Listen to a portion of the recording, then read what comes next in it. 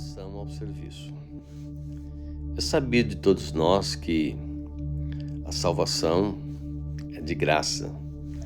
Foi Jesus quem disse, através da inspiração do apóstolo São Paulo: pela graça sois salvos, mediante a fé, e isso não vem de vós, é dom de Deus. Então a salvação ela não depende de méritos, não depende do esforço, no sentido de que eu preciso fazer alguma coisa para ser salvo. Não, senhores. Salvação é pela graça, diz Paulo, que é um dom de Deus. Então, para se alcançar a salvação, o homem precisa ouvir a palavra. Paulo diz: de sorte que a fé vem pelo ouvir, e ouvir a palavra de Deus. Então, quando eu ouço a voz de Deus na palavra, uma fé é gerada no meu coração. E como diz alguns estudiosos, a fé ela é acionada pela faísca da palavra e entra em combustão pela oração. Aí passamos a crer. É o que Jesus falou em João 3:3. Aquele que não nascer de novo não pode ver o reino de Deus. Então, quando o homem ouve a palavra e se convence pela palavra através do Espírito Santo que ele é um pecador, ele reconhece Jesus como Salvador e é instantaneamente justificado pela palavra, pela fé em Jesus Cristo. E aí ele passa a ver o reino de Deus. Ele percebe que o Evangelho é uma coisa gloriosa.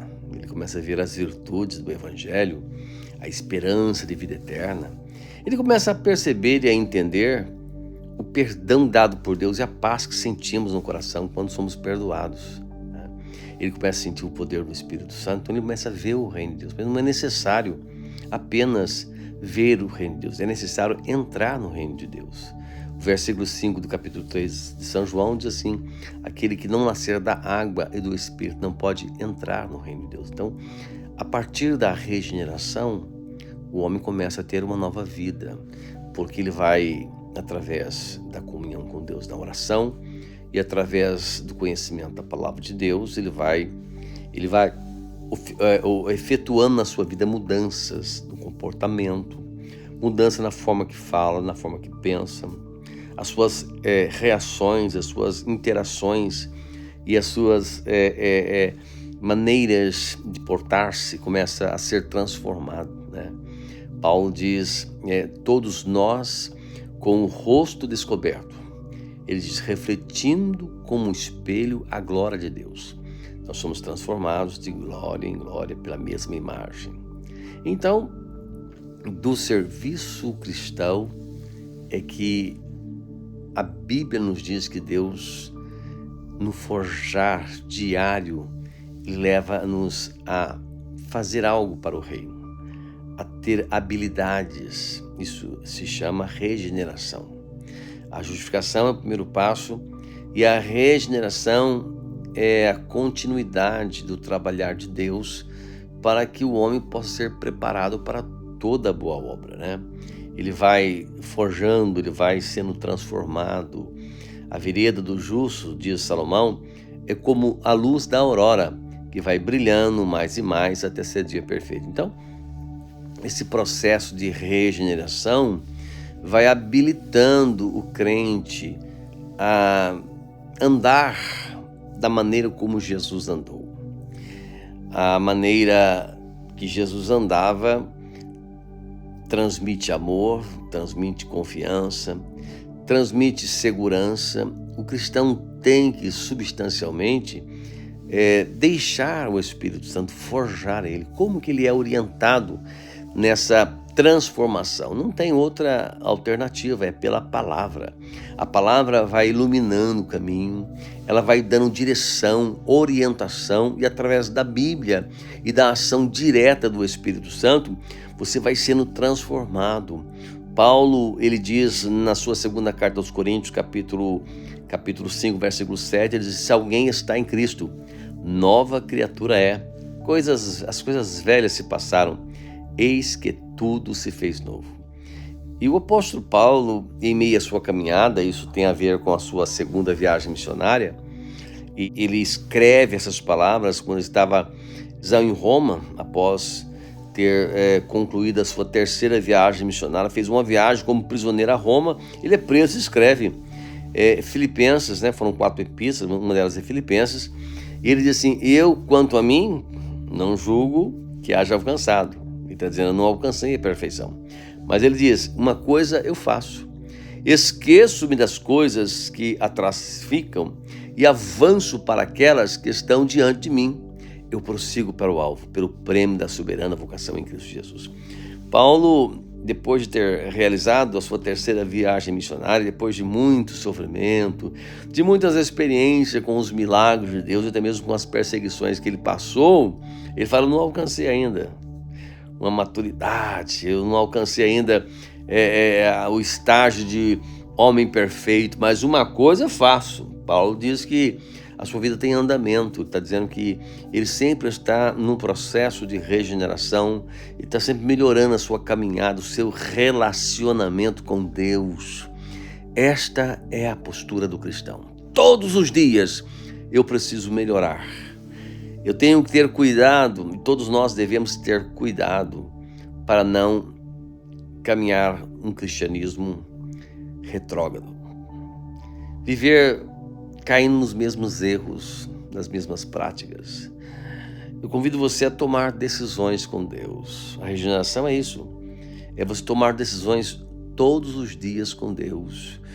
Saiba que nesse processo de forjar, esse processo de regeneração, você vai ser submetido a situações muitíssimamente desconfortáveis.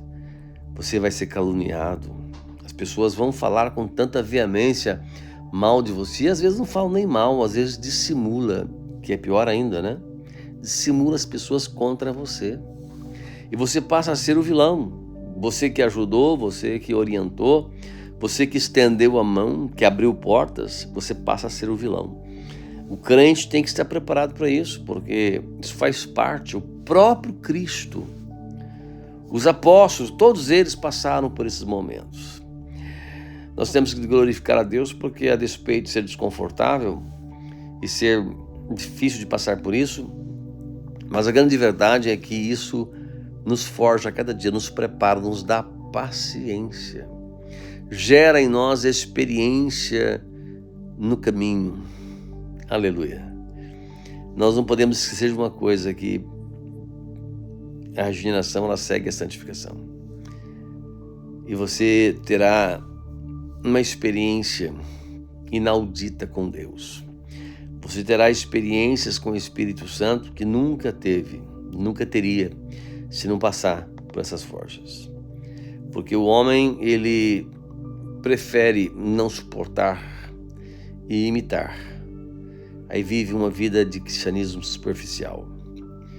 Ele começa, sim, a declarar experiências, mas não dele. Experiência dos outros, porque ele não tem experiência. As experiências fortes que nós venhamos a ter ou possamos ter, ela vem de uma vida diária com Deus, de sofrimento. Eu quero finalizar com minhas palavras, recitando o versículo que Paulo escreveu. Todos que querem viver piamente em Cristo Jesus padecerão perseguições. E olha as palavras de Pedro como é mais forte. Amados, não estranheis a ardente prova que vem sobre vós para vos tentar. Ele diz, como se coisa estranha vos tivesse acontecido. Como se coisa estranha vos tivesse acontecido. Ele diz, mas alegrai-vos no fato de serdes participantes das aflições de Cristo, para que na revelação da sua glória vos regozijeis e vos alegreis. O próprio Jesus falou, vocês terão inimigos. Olha, ele diz uma coisa tão, assim, difícil de acreditar, né? Ele diz assim, os teus familiares serão os teus inimigos. Né? Aquele que não deixar pai, mãe, irmãos, tudo, por amor a mim, não é digno de mim. Mas quem deixar tudo por amor a mim, receberá 100 vezes tanto aqui, e por fim, a vida eterna. Eu te convido, amigo, se você ainda não foi justificado, a crer em Jesus Cristo, aceitá-lo, confiar nele, confessar os seus pecados e serem justificados pela fé. Entre pelo processo de regeneração e viva o evangelho pleno com Deus. Um beijo no seu coração.